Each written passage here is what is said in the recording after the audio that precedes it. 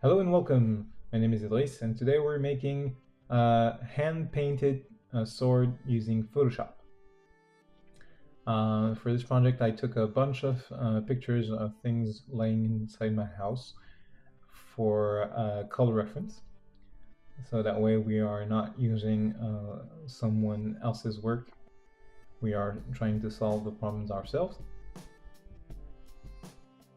And so this is why I took a picture of a shampoo bottle, my axe, bits of my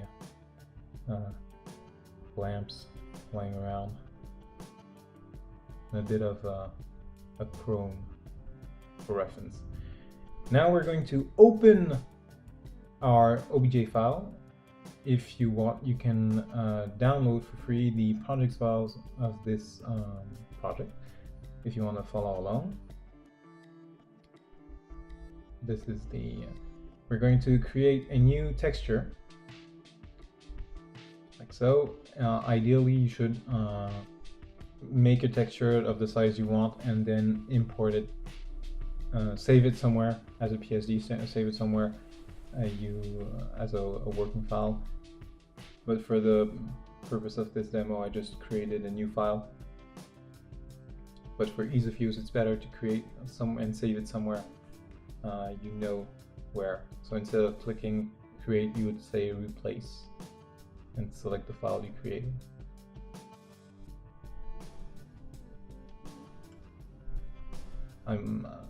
Only the Photoshop screen is up, so if you're seeing me doing weird hand gestures and wondering what I'm doing, it's because I'm color correcting or something else, but it's not captured by the video.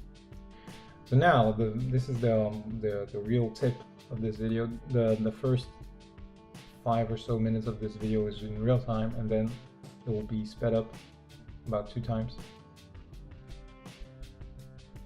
So this is the real tip of this video: is you need to make layers for every type of material you're going to paint. And the reason we are doing this is that because we're going then to create masks, and that will prevent us from painting when we decide to paint the blade or the hilt or any part. We will not be painting on the rest of the model. It's a way to prevent you from painting over something you don't want to do. I set the workspace to 3D, and the paint bucket is not available to me in 3D. So that is why I am filling up my hand. Add the bucket back, but it's only a couple of seconds. Set the background to black, but since we have the UV overlays activated on the right side, just to keep the UV visible, make the background layer dark gray. And now we are going to color pick our base color.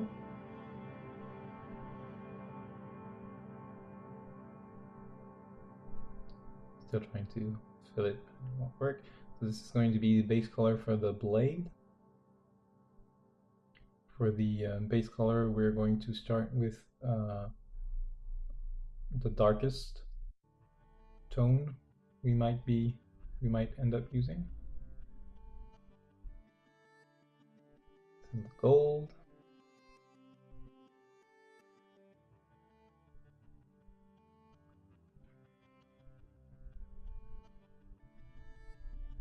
And finally the blue hilt, blue silk leather thingy. And now for each texture we need to create a mask, and we are going to, using the polygonal selection tool, we are going to mask anything that is not related to that layer.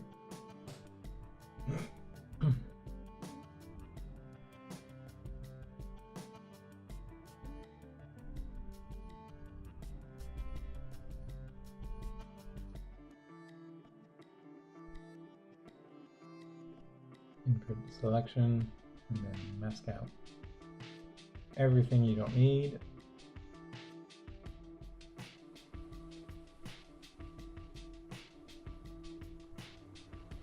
This is going to be our blade.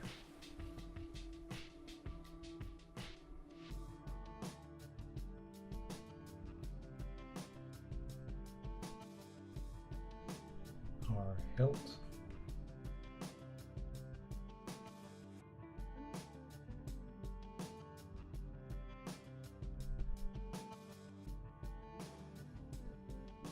So, and then finally the gold part.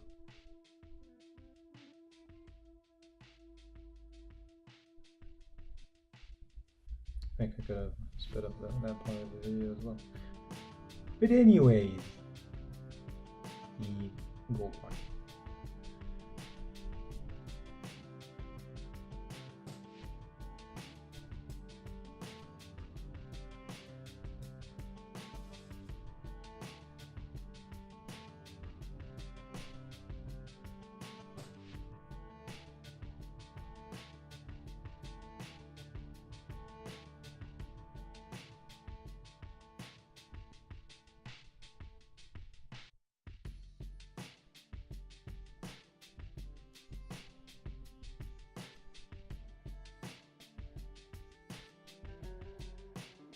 Try to keep some padding between the colors.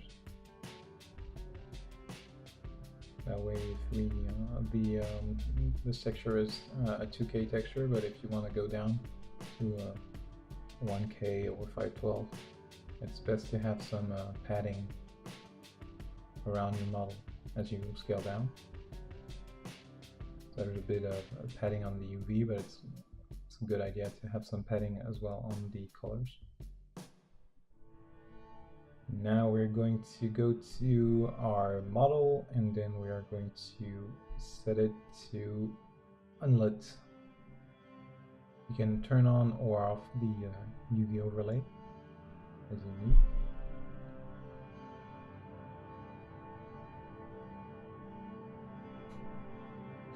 And then we're going to set our model to unlit.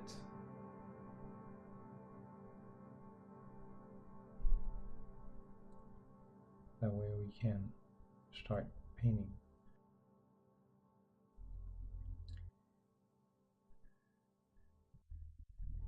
And now it's basically just a matter of rendering. So picking some light color from the blade, we're going to make the cutting part of the blade. Color picking different colors just to break off the palette a bit.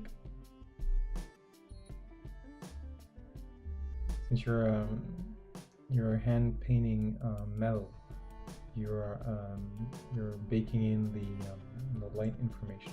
So you want to put it into more or less average state.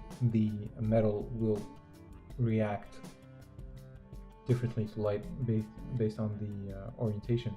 So here you're faking an average color. Also, now that we have our file open, so we have our texture open, but we also have our OBJ open in another window. See here, when we paint on the hilt, the gold part, we're not painting on the rest of the model. That's because we made the masks. So you need to make sure you select the layer you want to paint on, and that way the mask will prevent you from painting over on different parts of the model. So yeah, now I'm trying to come up with a light pattern, a light orientation that works, an average one.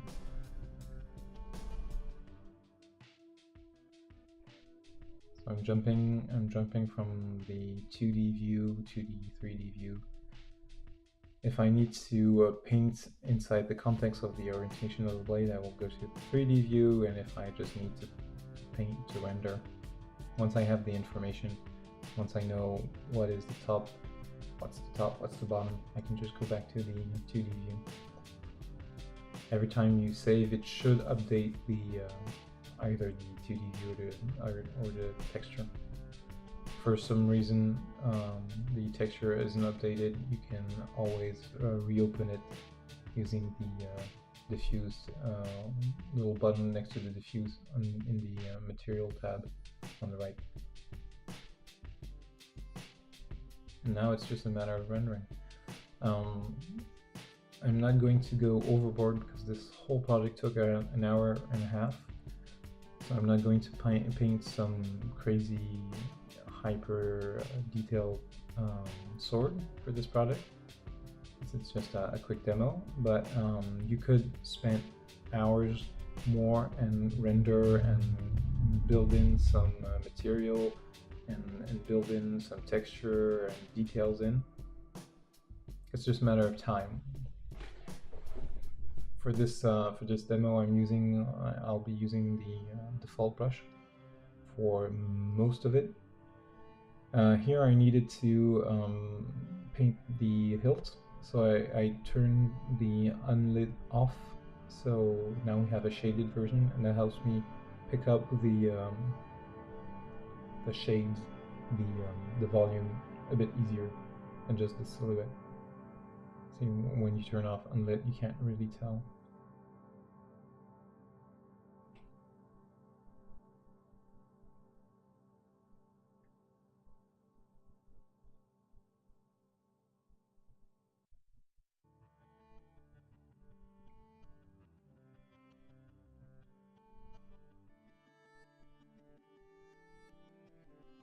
This is a rough shading of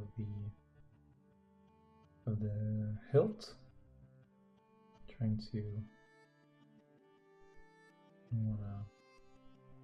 shade what's below, get a bit of highlight on the upper parts.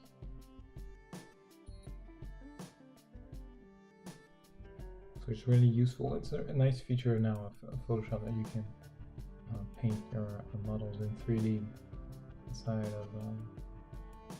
of Photoshop. So now you have access to all your tools, all your brushes, all your knowledge, and you don't have to go inside or outside of into another software to check if the model is updated correctly. You can see the results directly in the viewport.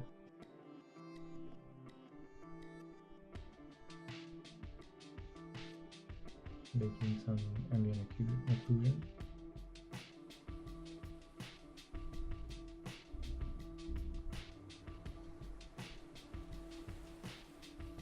Now cleaning the parts.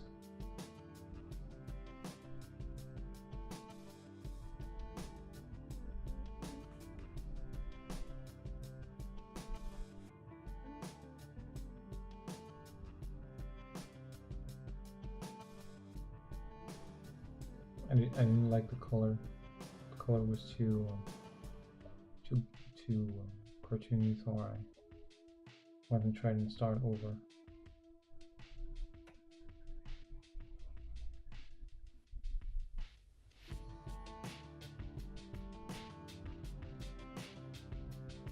For metal, it's easier if you go from a very dark value and then you bring up the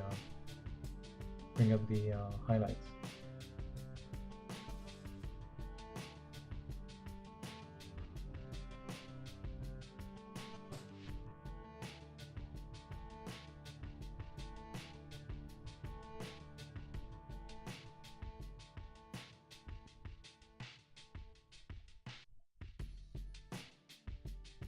I thought that the character will hold the sword in an upward position and most of the time, so this is why I went and tried the shade from top to bottom. That would be the average.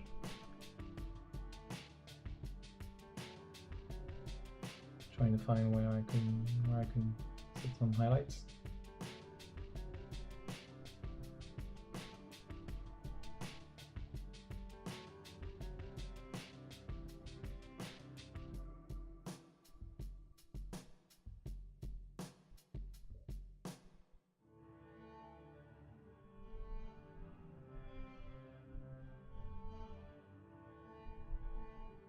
you're problem solving as you render.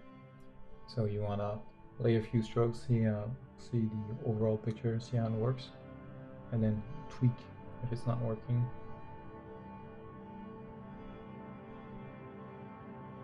Jumping into the blade a bit more, going to refine, clean it.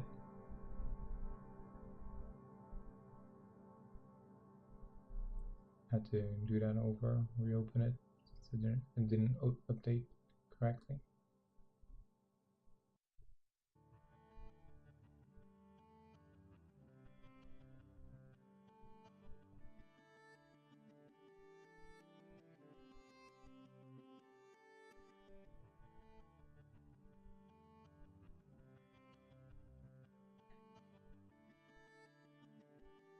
Trying to break the color a bit.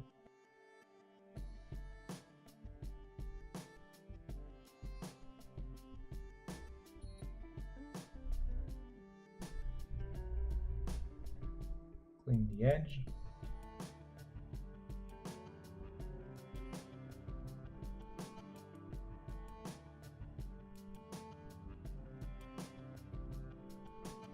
So since my blade has a very alternating shape, and I'm trying to fake the lighting from above, I'm alternating a bit the shading, so it's going to be lighter, darker, depending on if it curves inwards, outwards, and that helps bring some interest to the blade.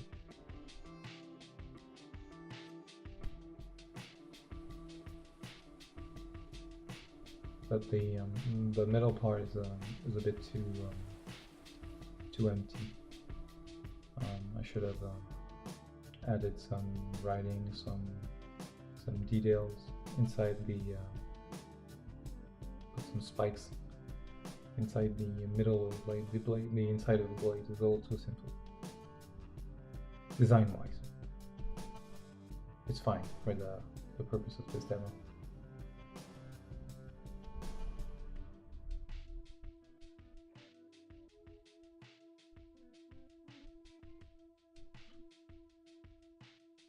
I'm trying to shade the middle part.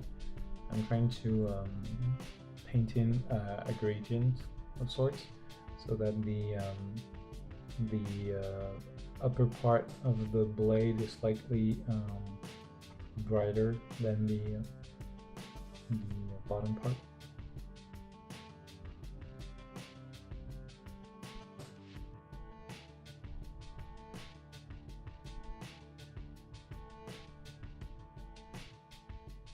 I'm trying to make a decision on where the highlight is going to be.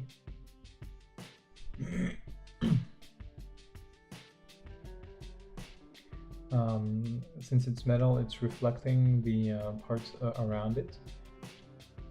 Ideally, I should have added a bit of, I did a bit, but I should have added more blue and more blue and gray in the parts that are closer to the blade and the hilt.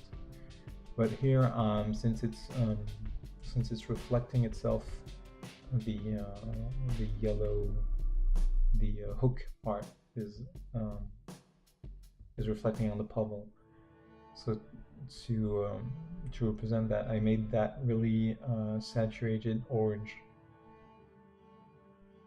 Since I'm telling you that the color is being multiplied by itself, since it's actually bouncing. That's what that is.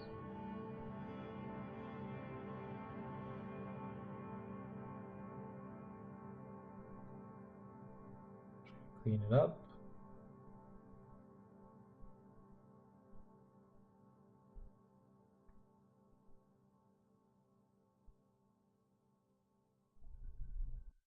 Bring out the highlight on the bigger part. It's a bit too much.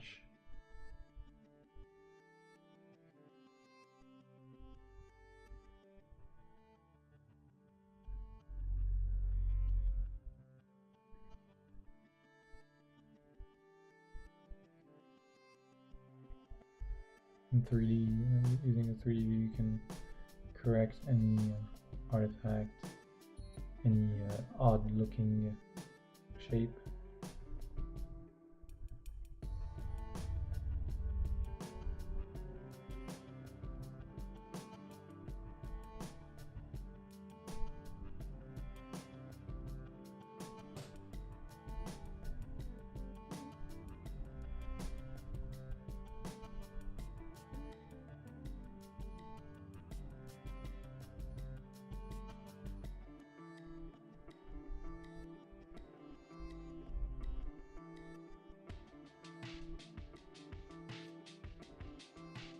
And I color picked the highlight from the image that wasn't a perfect white.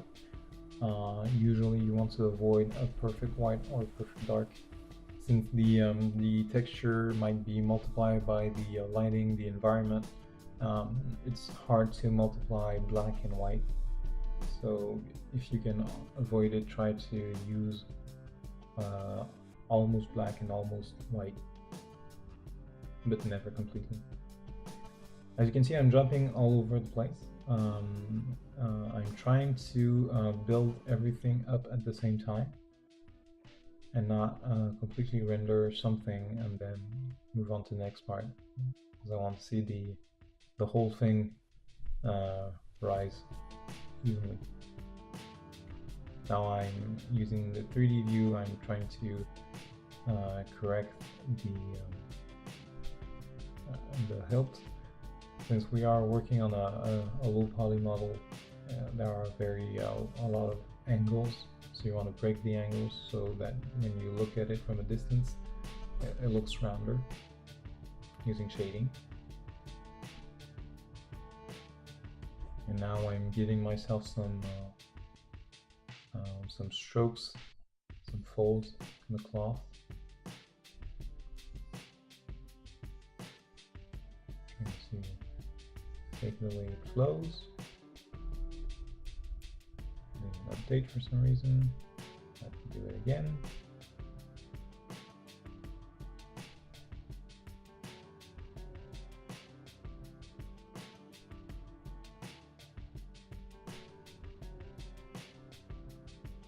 There. And now you can see that it's a big mess, but it's a roughness guide.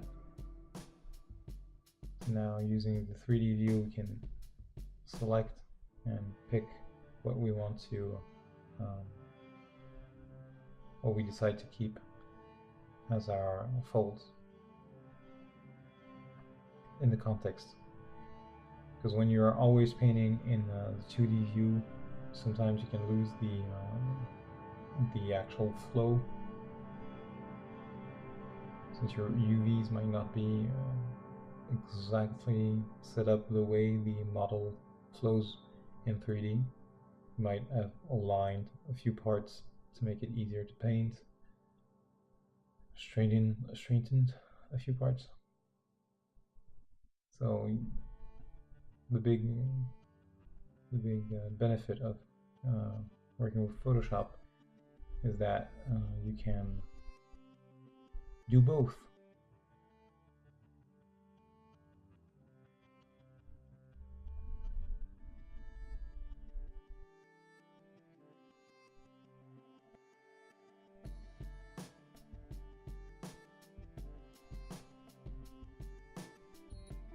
Here I'm only using the standard brush because I'm really rendering a very cartoonish version of this model. So I'm only using the default brush, but you could use any, that's the benefit of using Photoshop for this, is that you could use any part you wanted. I decided that on my original concept, the hook at the bottom of the sword was made of steel as well, and I decided to change that and make it steel on this hand painted version as well.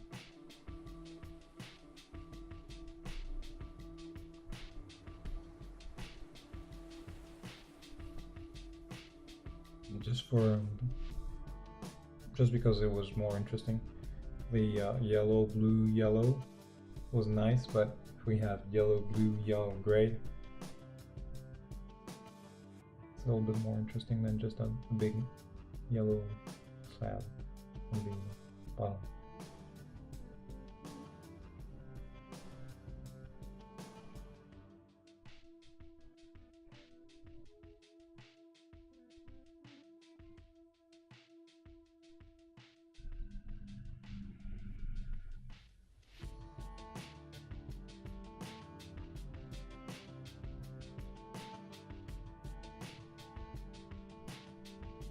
I'm using now a softer brush for this part because I really want to shade the roundness of really want to shade the roundness of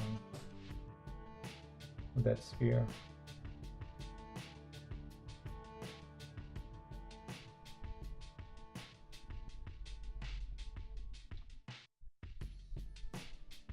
Checking, changing. But yeah, now I want to have a smoother gradient, so the softer brush helps.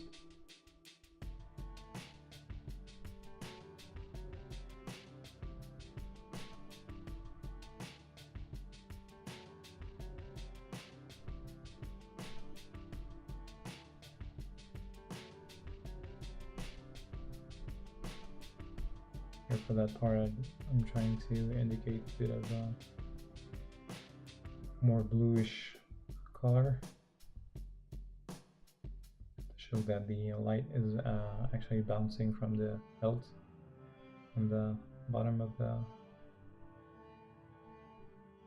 sword. Now having the still using the bluish grayish color, I'm trying to reproduce the shading.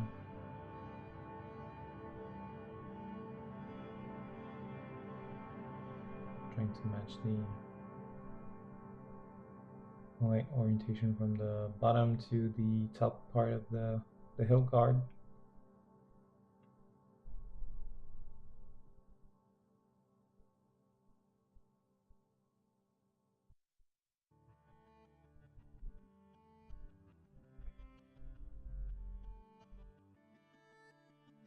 Now you can see the ball, the pommel is looking a lot more metallic. Now that it's very shiny. Trying to break off the details a bit, adding some cuts and dents.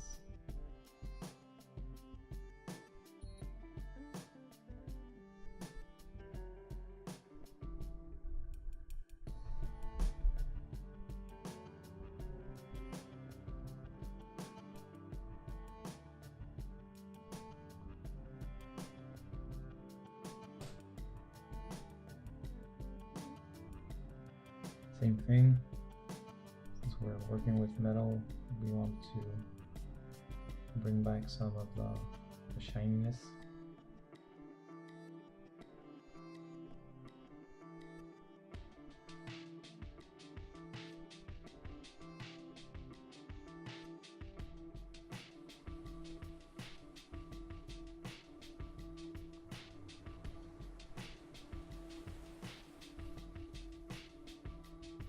Clean this up. It's a lot easier to do in 2D.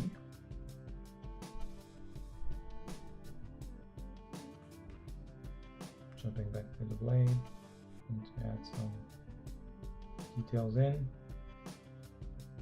If it won't update, so I'll have to do it twice.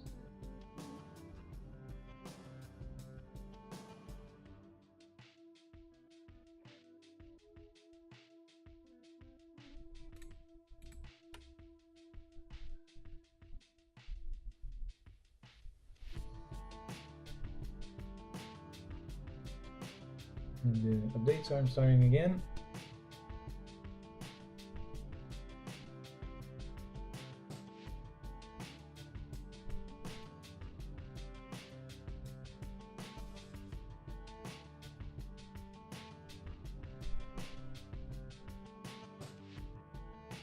I think I would have had a lot less syncing and updating issues if I had saved the texture file as somewhere, put it somewhere in I tried instead of using the built-in Photoshop texture.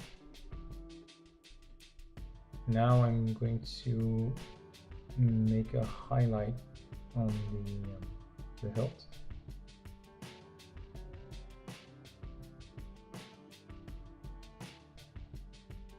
So, and then I'm going to mask out the ambient occlusion where the folds are,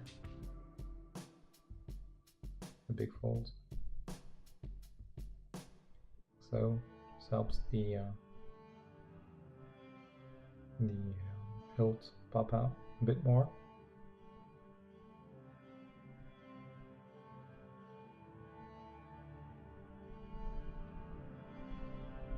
Now we're going to go back to the blade and try to wrap it up. Make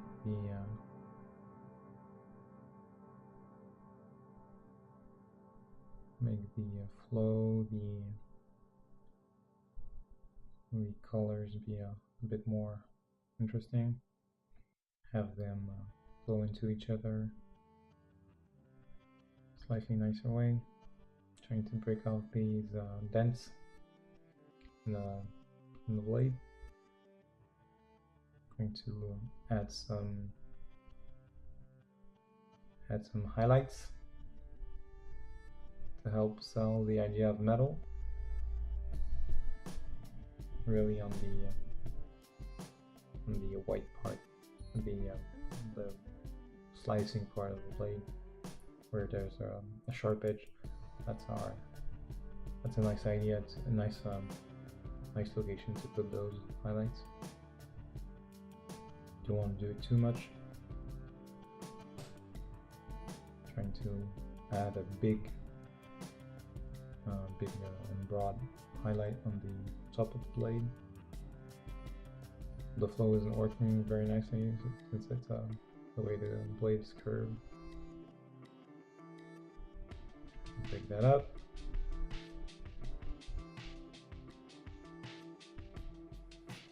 Try to break the metal part, the darker part of the metal. Make some dents, and that's something you can do for hours. That's something that will really bring your sword to the next level. Is that all those rendering details you can put in. Trying to break the symmetry. Not the symmetry, break the surface a bit and make it clean. Add some dents. Make it look like it's been used. So I rendered a gradient map and ambient occlusion map. A gradient map that will shade the whole sword from bottom to top. Something they do on Dota 2.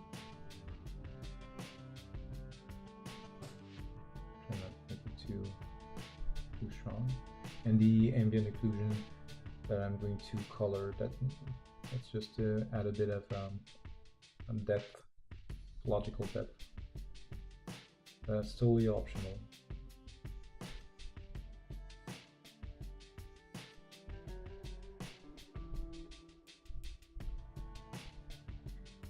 And there, just gonna keep refining the blade a bit more. Added some color to the ambient occlusion.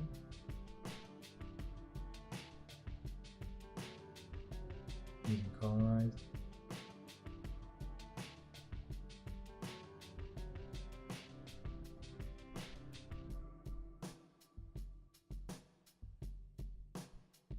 I wanted to add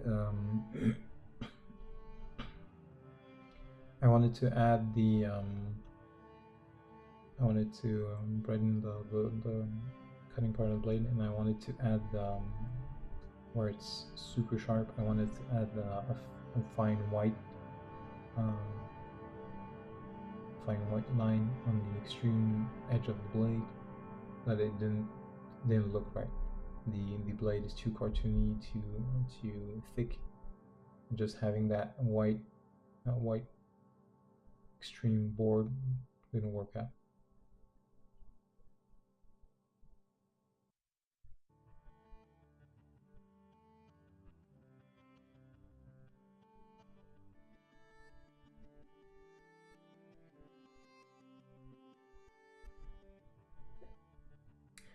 So we're about finished now.